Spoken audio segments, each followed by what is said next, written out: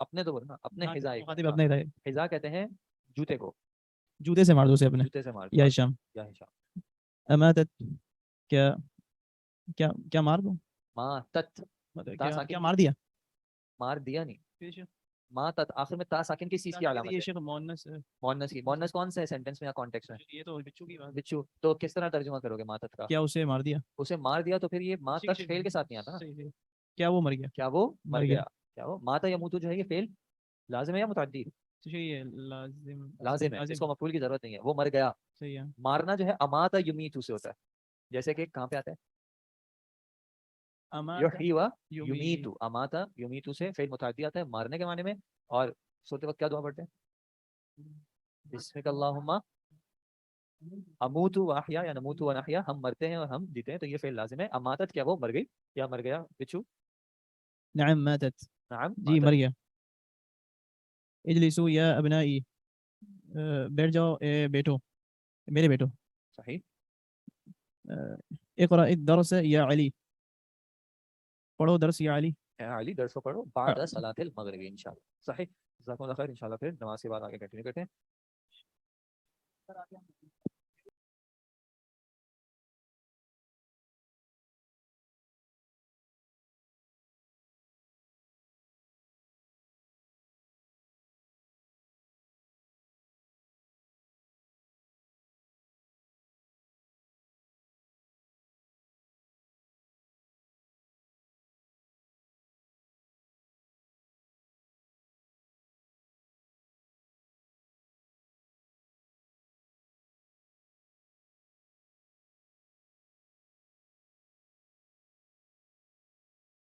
السلام علیکم ورحمۃ اللہ وبرکاتہ. یہ اقرأ الدرس جو انہوں نے آخر میں پڑھا ہے اقرأ, اس میں آگے آئے گا انشاءاللہ کہ یہ فعل امر ہے.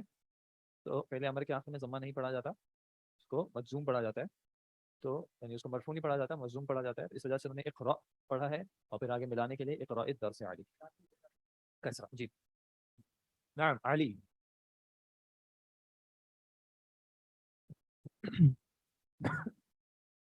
نعم ماتت اس کے آگے سے پڑھو. نہیں اقرأ الدرس علی. علي أعوذ بالله من الشيطان الرجيم بسم الله الرحمن الرحيم اقرأ باسم ربك الذي خلق خلق الإنسان من علق. يا أستاذ يا أستاذ شيخ آيات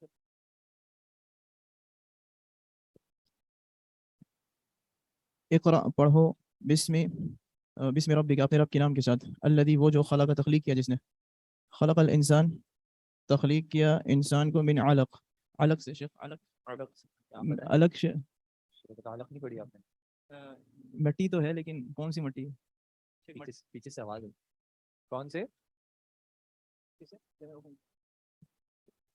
خون کے کیا کہتے ہیں؟ لو تھوڑے سے یا استاذ حفظت هذه السورة سورة حفظت میں نے حفظ کی هذه السورة یہ سورة. یہ حفظت کا معنی شیخ میں نے حفظ کی ماضی کا ہوگا نا. أي سورة أحفظ بعدها أي سورة أحفظ بعدها. حفظ يحفظ أحفظ ليس أحفظ. جی شیخ اس کا معنی سمجھ نہیں أي سورة ما معنى أي سورة؟ کون سی سورت؟ أحفظ احفظ أنا أحفظ. یہ میں نے کے بعد کون سی سورہ اس کرنی یعنی أي بعدها سورة اس کی أي سورة کون سی سورہ أحفظ. احفظ میں حفظ کروں صحيح. بعدها بعدها اس کے بعد نعم. احفظ سورة التين حفظ کرو سورة التين یاد کرو سورة التين. صحيح. خذ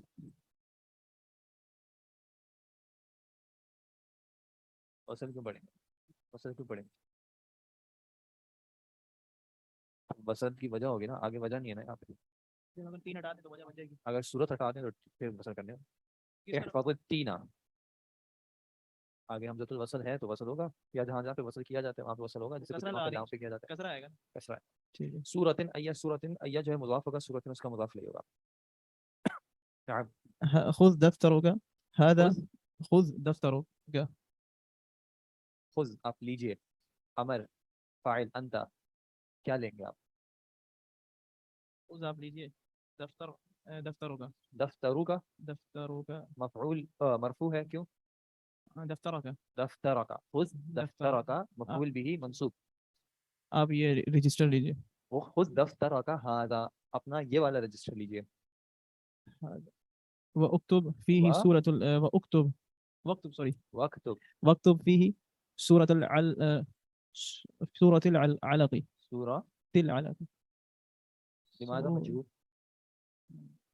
شیخ یہ حرف جر جو آ رہا ہے فيه اوہ، ہو گیا نا, ضمیر مجرور ہو گئی نا, کہانی ختم. سورة العلق سورة العلق مفعول ہو جائے گا. اكتب اكتب ماذا اكتب سورة العلق مفعول به للاكتب. یا ابا بکر يا أبا بکر بكر بکر یا ابا بکر انك نعسان. نعسان. إنك اچھا یہ نعسان اونگ جو اونگ. تو تو آپ کلاس میں اونگ آ رہی ہے, تو شیخ یہاں پر مانا آپ اونگ رہے, آپ ایسی صورت حال میں ہیں کہ آپ کو نیند آ رہی ہے. یہ ایجیکٹیو کی طرف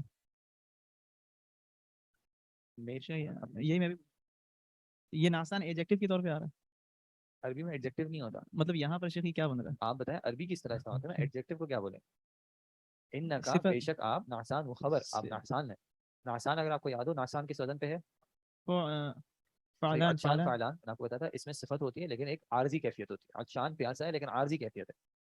تو نعسان جس کو فعلان شیخ عارضی کیفیت کے لیے استعمال ہوتا ہمیشہ ہمیشہ نہیں ہوگا, زیادہ تر. اس میں ایک معنی ہوتا ہے. اسی لیے کچھ مفسرین نے کہا کہ رحمان کے بعد رحیم اس وجہ سے ذکر کیا کہ وہ عارضی کے کلیریفائی ہو جائے کہ رحیم دوام بھی ہے اس رحمت میں. صحیح. ایک قول ہے یہ. نعسان آپ کو یعنی آپ ایسی اسٹیٹ میں آپ اونگ, اب اس کو کیا بولیں اردو میں, جو شخص اونگ رہا ہوتا ہے اس کو کیا کہتے ہیں؟ تو ان کے مختلف معنی. جی کیا جی؟ مطلب نیند کی کیفیت, آپ نیند کی کیفیت میں ڈراؤزی ہیں. صحیح ڈراؤزی ہیں. ڈراؤزی. انگریزی ہو گئی نا وہ.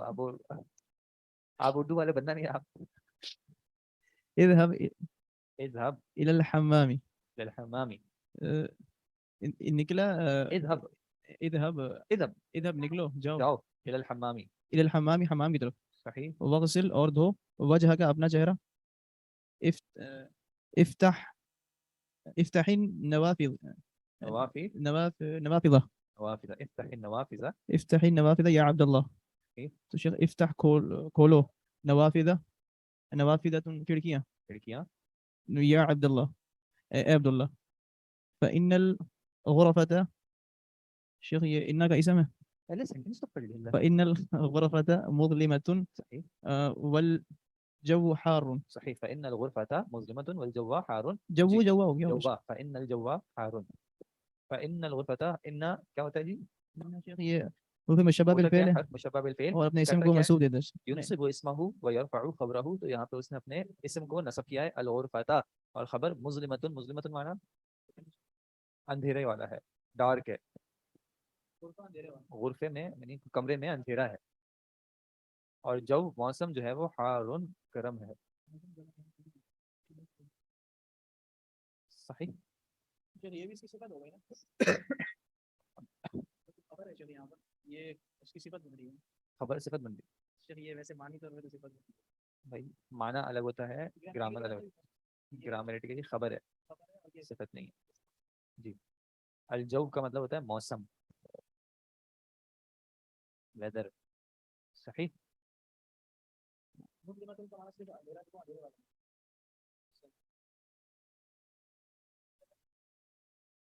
اس کو کیا کہتے ہیں؟ ڈارک روم کو کیا کہیں گے؟ نہیں سیاہ نہیں, ڈارک روم. اندھیرا کمرہ نہیں ہوتا. اندھیرا is not the right word. تاریک کمرہ تاریک ہے. ٹھیک ہے یہ لکھو تو. اردو تھوڑی ہم پڑھ رہے ہیں. اندھیرا جب کا مطلب ہو گیا مظلمتن کا مطلب ہوتا ہے ظلمات. آپ نے ظلمات سنا ہوگا, نور کا اپوزٹ نور روشنی, ظلمات اندھیرے. مظلمتن اندھیرے والا. اندھیر نگر کس کو کہتے ہیں؟ اندھیر نگر کوئی ورڈ ہوتا ہے. نگری کیا ہوتا ہے؟ صحیح. جی تو یہ کمرہ جو ہے نا وہ مندھیرا اندھیرا. بھائی کمرے میں اندھیرا ہے بس اتنا کافی ہے, چھوڑ دیں یار. وہ مندہر میں بھی یہی کر رہا ہوں, اردو کر بھی.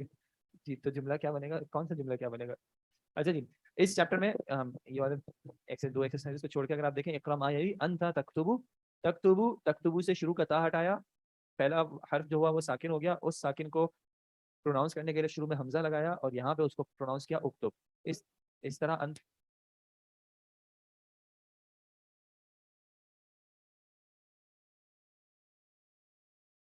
انت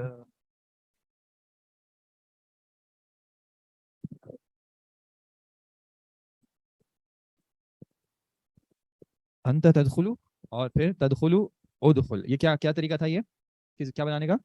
امر بنانے کا. اگر آپ کو یاد ہو گرامر میں ہم نے پڑھا تھا ونس اپون اے ٹائم مضارع کے مخاطب کے صیغے سے علامت مضارع ہٹا کے پہلے امر بنایا جاتا ہے.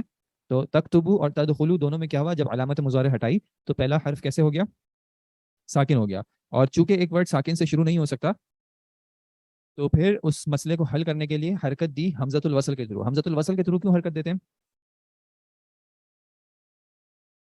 کیونکہ اس کو پیچھے سے جب ملایا جاتا ہے ایک عارضی طریقہ ہوتا ہے، تو پیچھے سے جب ملایا جائے گا تو یہ اپنی حرکت ختم کر دے گا. اور اس کی پھر حرکت کیسے یا کرتے ہیں ڈیسائیڈ کہ اس پہ دو آپشنز ہوں گے فعل امر میں، یا ضمہ آئے گا یا کسرہ آئے گا. اگر عین کلمے پہ ضمہ ہوگا تو اس پہ بھی ضمہ پڑا جائے گا، اگر عین کلمے پہ کچھ اور ہوگا تو پھر کسرہ پڑا جائے گا. یہاں پہ انہوں نے آپ کو بتایا تکتبو سے اکتب بنا، تدخلو سے ادخل بنا. اب اس کی نیچے سینٹینسز اگر پلیز پڑھ لیں. اخرج من الفصل یا بشیرو، کیا مطلب؟ نکلو. اس میں ایک امر ہے. امر کیا ہوتا ہے؟ ایک فعل کا مطالبہ کہ ایک کام کیا جائے. اخرج من الفصل، نکلو کلاس سے یا بشیر. الثانی، دوسرا کیا ہے؟ اکتب درسک یا علی، لکھو اپنے درس کو اے علی. اس کے بعد الثالث اسجد للہ، سجدہ کرو اللہ کے لیے. الرابع انظر الی ذاک الجبل، نظر ینظر سے انظر، کیا مطلب؟ دیکھو الی ذاک الجبل، اس پہاڑ کی طرف. الخامس قتل یقتل سے اقتل هذه الحیۃ یا عمی، اقتل قتل کرو هذه الحیۃ یا عمی. السادس دخل يدخل سے ادخل یا حامد. السابع اشکر ربک. ثم الثامن اسکت یا سکت یسکت معنی خاموش ہونا، سکوت اسکت خاموش ہو جاؤ یا ولد اے لڑکے. التاسع اکنس هذه الغرفۃ، کنس یکنس کا مطلب کیا تھا؟ جھاڑو لگانا. تو جھاڑو لگاؤ اس کمرے کا یا صاف کرو اس کمرے کو. ٹھیک ہے جی. نمبر 5 کا مطلب تھا اقتل هذه الحیۃ، اس ناگن کا قتل کرو اے میرے چچا. ٹھیک ہے، اس سانپ کا قتل کرو اے میرے چچا. مفعول بھی، شکر کرو اس رب کا. کس کو؟ کس کو؟ کس کو شکر ادا کرو؟ کس کو یا کس کا؟ مارو کس کو؟ ہاں ٹھیک ہے. مدد کرو کس کو نہیں ہوا، کس کی. تو اس طرح کچھ کلمات ایڈ جائیں گے، لیکن کہنے کا مقصد یہ مفعول بھی ہے. جی مفعول بھی ہے.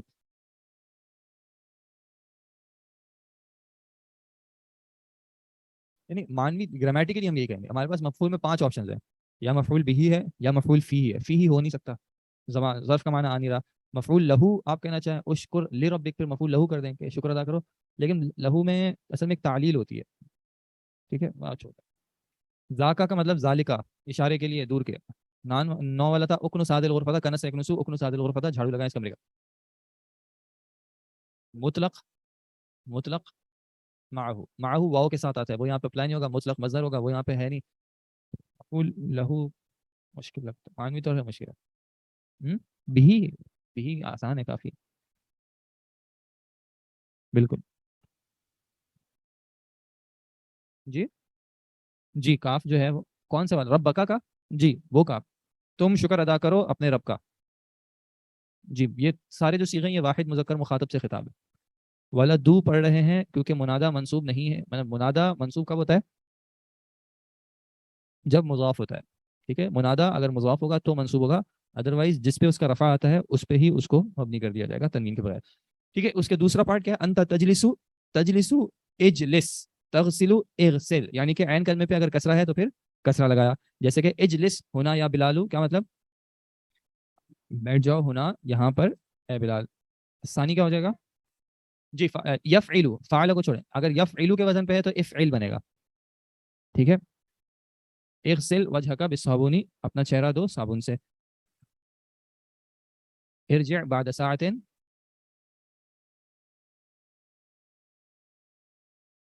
کس کا؟ جی اجلس بیٹھو، حکم دیا جا رہا ہے سامنے ایک. جی بالکل فعل امری ہے. ارجع تم لوٹو، بعد ساعة 1 گھنٹے بعد. انزل نزل ینزل، انزل اترو، اپنی نہیں صرف گاڑی سے. صحیح. ہونا کا مطلب ہوتا ہے یہاں. جی بالکل.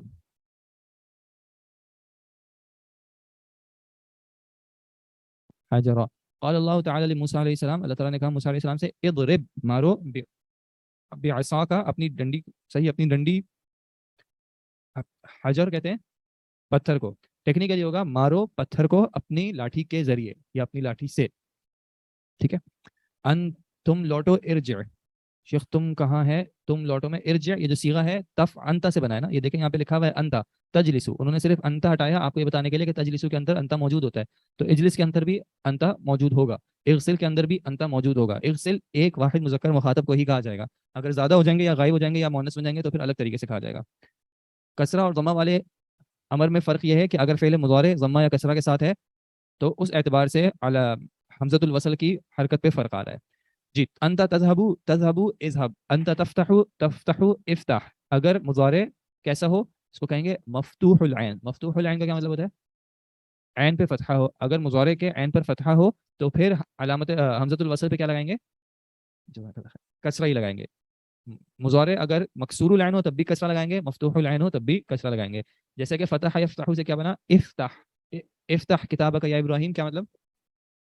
کھولو اپنی کتاب یا ابراہیم. الثانی احفظ درسک، حفظ یحفظ، احفظ درسک، اپنے درس کو، اپنا درس یاد کرو. قرأ یقرأ، اقرأ هذا الدرس، پڑھو اس درس کو. اذهب الى المسجد، ذهب يذهب، اذهب نکلو، مسجد سے میں ہوگا من المسجد، ہاں تو پھر نکلو نہیں کہیں گے، پھر کہیں گے جاؤ، جاؤ مسجد کی طرف، ٹھیک ہے. الخامس ارکب دراجتک، رکیبہ یرکبو سوار ہونے کا، ارکب سوار ہو، دراجتک دراجہ کس کو کہتے ہیں؟ سائیکل کو، اپنی سائیکل پر.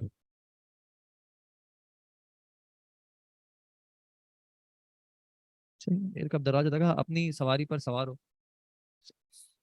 علا کہہ دیں پھر وہ مجبور ہو جائے گا. چھٹا کیا تھا جی؟ العب مع اختک یا اسماعیل، لعب یلعب سے العب کھیلو اپنی بہن کے ساتھ اے اسماعیل. آگے میں پڑھ رہا ہوں، تھوڑا سا ٹائم کم ہے. اشرب مان باردن، پیو ٹھنڈا پانی. اینا مکتب البرید لادری، اسأل، سأل یسأل سے اسأل سوال کرو، ٹھیک ہے. اس کے بعد 90 میں ہے ارفع، رفع یرفع کا مطلب کیا ہوتا ہے؟ فتح یفتح ہوتا ہے. رفع یرفع اٹھاؤ بلند کرو، ارفع رأسک بلند کرو اپنا سر، ارفع صوتک بلند کرو اپنی آواز. قال اللہ تعالیٰ فی القرآن اقرأ بسم ربک الذی خلق، یہ پہلے بھی آ چکا ہے. اقرأ آپ پڑھو، آپ پڑھیں. اور قال اللہ تعالیٰ لموسیٰ اذهب الى فرعون، ذهب يذهب اذهب، اور پھر دوسرا اذهب انت واخوک، جاؤ جاؤ جاؤ جاؤ، اخرج، ٹھیک ہے. اچھا جی ایک چیز آپ کو بتا رہے ہیں، کچھ افعال ایسے ہوتے ہیں جس میں تھوڑا سا پیٹرن چینج کیا جاتا ہے کسی وجہ سے، جیسے کہ اکلا یاکلو، اس میں مسئلہ کیا ہے؟ اس میں شروع میں ہے حمزہ، تو اگر ہم حمزہ لگائیں گے تو کیا بنے گا؟ او کل. ایک اس طریقے سے بولا جاتا ہے لیکن چونکہ بولنے میں مشکل ہے اس لیے یہاں پہ آسانی کیا ہے کہ آپ بول سکتے ہیں کل، ٹھیک ہے. اسی طرح اخذ یاخذ سے خذ، ٹھیک ہے. یہ جب فا کلمے پہ حمزہ ہو تو پھر اس طرح کی اجازت مل جاتی ہے. سأل یسأل بھی ہے، اسأل، اسأل صحیح ہے لیکن ایک اور بھی اس کا ہوتا ہے، وہ کون سا ہوتا ہے؟ سل، ٹھیک ہے. جیسے قرآن میں سل کا بھی استعمال ہے. برید، مکتب البرید پوسٹ آفس، ٹھیک ہے. تو یہ کچھ افعال کے ساتھ امر جو ہے وہ ڈفرینٹ طریقے سے بھی آتا ہے. آگے جو ہے صغ الامر من الافعال الاتیتی، اگر ہو سکے ان کے بنا لیجیے گا، بہت آسان ہے لیکن انشاءاللہ کل خیر کلاس میں پھر انشاءاللہ کل پریکٹس کریں. ٹھیک ہے. تو آج فعل الامر کا انہوں نے تعارف ہے. جزاکم اللہ خیر. سبحانک اللہم وبحمدک، اشہد ان لا الہ الا انت استغفرک. اسائنمنٹ 2 میں کتنے چیپٹرز آئیں گے؟ فرسٹ چیپٹر واز آپ بتا دیں کتنے چیپٹرز کا کرنا ہے، اتنے چیپٹرز کا کرنے کا اسائنمنٹ، وہ آن لائن پوچھ سیکنڈ اسائنمنٹ آپ کا کریں.